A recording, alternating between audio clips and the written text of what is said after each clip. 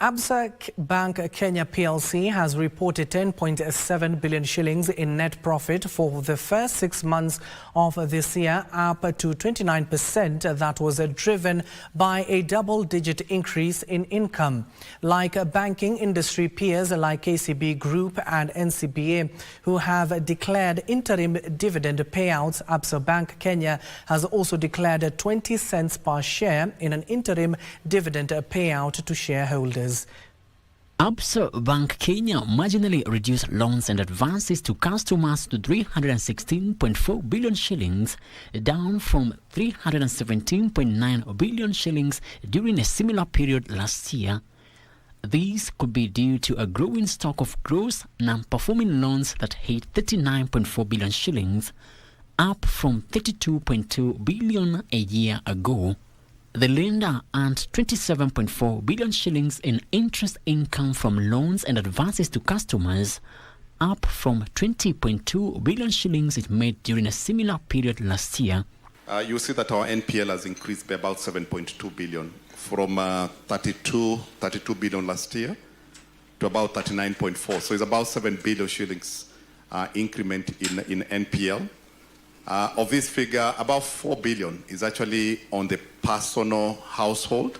So it's to the earlier point we mentioned that we've seen the retail customers getting impacted, especially because of the high interest environment. The lender booked 4.3 billion shillings in interest income from government securities, down from 4.7 billion shillings it registered during a similar period last year. In addition, non-interest income rose 8% to 8.8 billion shillings.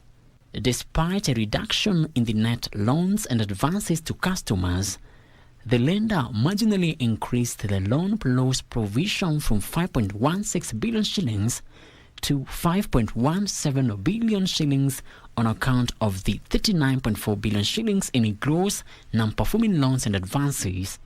Reduced interest rates have a great benefit, for industry. We will be able to lend more to our customers. Private sector credit will continue to grow, and it has a positive impact as well on NPLs.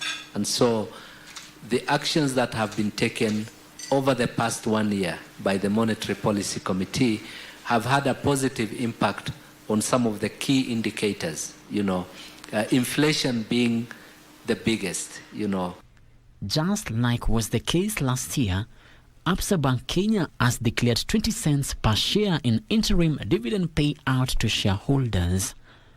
Frederick Muki for Lunchtime News.